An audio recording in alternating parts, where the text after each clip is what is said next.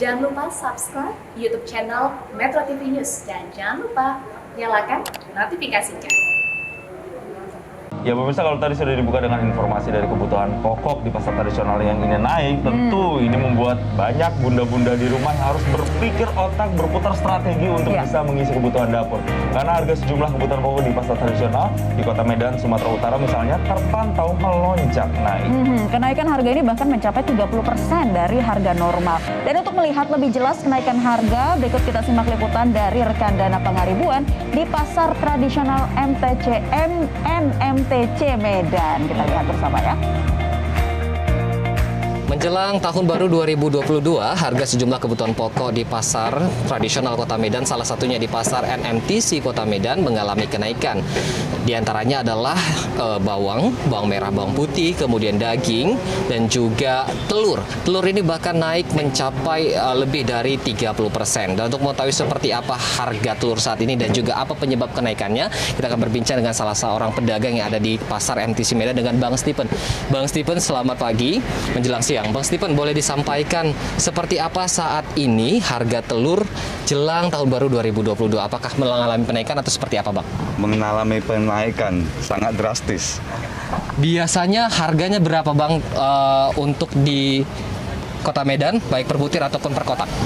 Biasanya harga normalnya 1.100. Sekarang mengalami kenaikan 1.600. Untuk ukuran. Kemudian apa penyebab naiknya harga telur ini, Bang? Penyebabnya mungkin ya pakan ayam naik, bahan-bahan dari kandang semua pun naik, mengalami kenaikan untuk akhir-akhir tahun. Permintaan ke daerah Jakarta mengalami kenaikan, maka imbasnya ke Medan juga mengalami pelonjakan harga. Oke. Terima kasih Bang Stephen atas informasi ya. Dan pemirsa, tidak hanya tanggapan dari para pedagang terkait dengan naiknya harga telur, dan kita akan saksikan beberapa tanggapan dari para pembeli di pasar MTC Medan terkait dengan naiknya harga kebutuhan pokok di pasar tradisional. Berikut kita saksikan. Ya kalau bisa ya bahan harga sembako gitu agak dikurangin lah gitu, biar bisa dapat ya terjangkau masyarakat bawah gitu. Iya.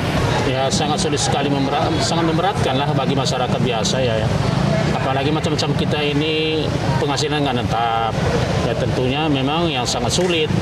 Mohonlah untuk diperhatikan agar masyarakat yang kelas bawah, menengah ya, itu dapat mengkonsumsinya. Iya. Selain itu kan ikan pun juga mahal begitu. Pemirsa, tidak hanya telur yang mengalami kenaikan, harga daging ayam juga naik di kisaran 37.000 hingga 38.000 per kilonya, yang normalnya di harga 28 hingga 30.000 per kilo. Tentunya para pedagang dan juga para pembeli mengharapkan agar harga kebutuhan pokok ini bisa kembali normal sehingga daya beli masyarakat juga mengalami peningkatan. Demikian dari Medan, Sumatera Utara, Dana Pangaribuan, Usrijal Pulungan, Metro TV. Ya, sejumlah harga komoditas pokok merangkak naik pada momen Natal dan Tahun Baru kali ini. Lalu apa ini merupakan fenomena musiman? Ya, kita akan mengajak Anda untuk membahasnya pemirsa bersama dengan Sekretaris Jenderal DPP Ikatan Pedagang Pasar Indonesia, Reynaldi Sarijoan, yang sudah tersambung bersama kami. Selamat pagi, Pak Reynaldi. Selamat pagi, Assalamualaikum warahmatullahi wabarakatuh, Mas. Waalaikumsalam warahmatullahi wabarakatuh. Terima kasih Pak Reynaldi sudah bergabung bersama kami. Pak, kalau kita melihat tadi laporan sebelumnya di Medan ini naik bahkan sampai 30% di wilayah-wilayah lainnya juga. Dan disebut-sebut kenaikan untuk bahan pokok di tahun ini bahkan bisa dibilang signifikan, jauh dibandingkan dengan tahun-tahun sebelumnya, di atas 10% rata-rata, baik dari cabai, telur, daging, dan sebagainya. Kenapa Pak ini, Pak? Ya, sebetulnya ini bukan hal yang baru bagi kita, karena memang setiap tahun kita mengalami dalam setiap momen hari raya, pergantian tahun dan hari-hari besar ini terjadi kenaikan harga, karena memang di ujung pasti ada permintaan yang tinggi. Dengan permintaan yang tinggi ini, maka supply and demand kita agak sedikit terganggu sehingga kurang seimbang, maka harga akan melonjak naik. Namun kita perlu garis bawahi bahwa di tahun 2019 akhir, 2020 akhir, kita di akhir tahun, di penghujung tahun itu beberapa komoditi pangan sempat mengalami kenaikan juga. Namun ini menambah daftar panjang di akhir tahun 2021 ini untuk beberapa komoditi pangan, terutama minyak goreng, cabai rawit merah, dan juga telur.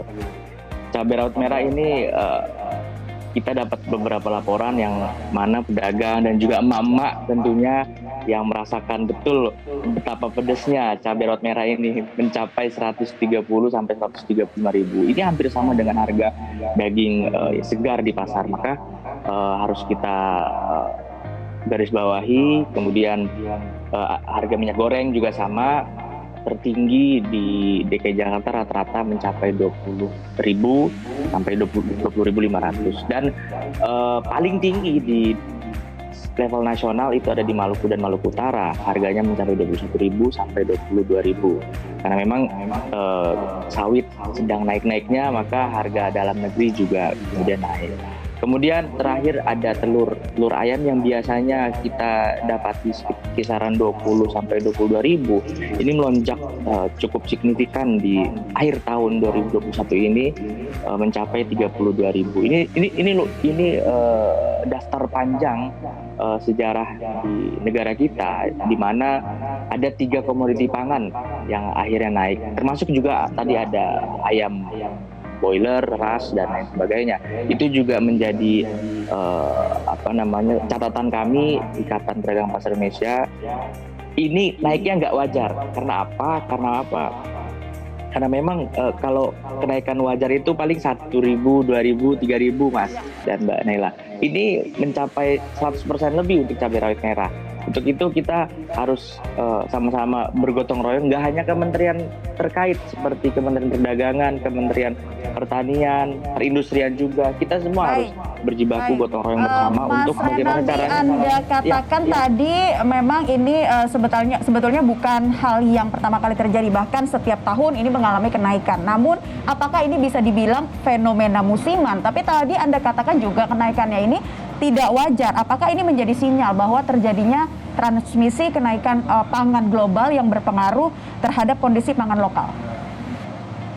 Ya, dampak itu mungkin sedikit beberapa mempengaruhi, Mbak, karena kita sama-sama tahu trennya kenaikan harga ini kan karena permintaan yang cukup tinggi di akhir tahun dan menjelang pergantian tahun 2021 ke 2022, maka permintaan tinggi. Kalau kita lihat, kita berkaca kepada tahun lalu di mana harga kedelai yang saat itu cukup tinggi mencapai 9.000 sampai 10.000, itu kan karena juga sebetulnya stok kita yang tahun lalu ada dan dijual dengan harga dunia. Nah, ini kan jadi persoalan.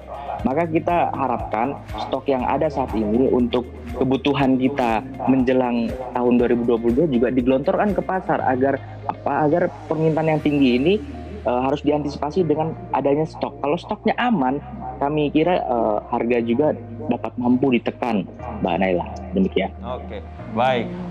Pak Renaldi, kita berbicara sekarang soal dari sisi konsumennya, dari sisi pembelinya begitu, Pak. Dengan adanya harga yang begitu tinggi, yang bisa dibilang naiknya signifikan dibandingkan dengan tahun sebelumnya, misalnya, apakah ini juga berpengaruh signifikan terhadap daya beli dari para pembeli di pasar? Ya, daya beli masyarakat kita juga sedang merangkak naik, Mas. Karena di situasi yang sangat sulit ini, apalagi kita dikagetkan dengan beberapa virus yang cukup mengerikan, Omikron, maka pembeli pengunjung yang datang ke pasar juga sedikit khawatir tertular virus. Namun itu hanya beberapa persen faktor yang mempengaruhi.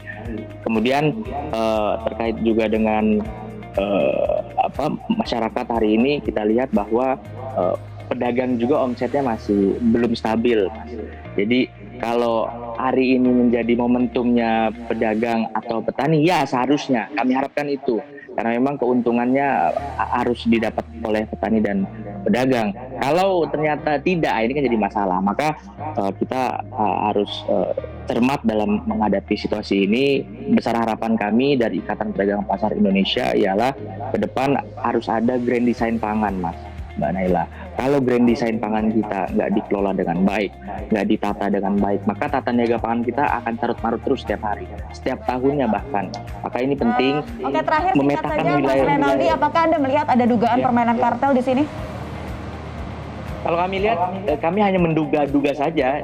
Setiap tahun kita disibukkan dengan beberapa harga yang cukup tinggi dan lain sebagainya. Maka Satgas Pangan di sini penting untuk menunjukkan giginya kembali. Kalau dulu sempat ada bawang putih disidak dan ternyata betul terjadi, maka tahun-tahun ini menjadi momen penting juga untuk bagi Satgas Pangan untuk menunjukkan giginya apakah betul ada kartel apa tidak. Maka ini harus kerja bersama untuk bisa mengontrol secara lebih ketat begitu Pak ya, terkait dengan distribusi di pasar, dan salah satunya juga saran yang diberikan tadi adalah dengan mengeluarkan stok yang ada agar harga yang ada di pasaran ini juga bisa ditekan, dan terakhir adalah intervensi dari pemerintah juga diperlukan agar kemudian harga-harga komoditas tadi juga bisa bersaing di masyarakat. Terima kasih Pak Renaldi Sarijoan, Sekjen DPP IKAPI telah bergabung bersama kami. Selamat pagi Indonesia.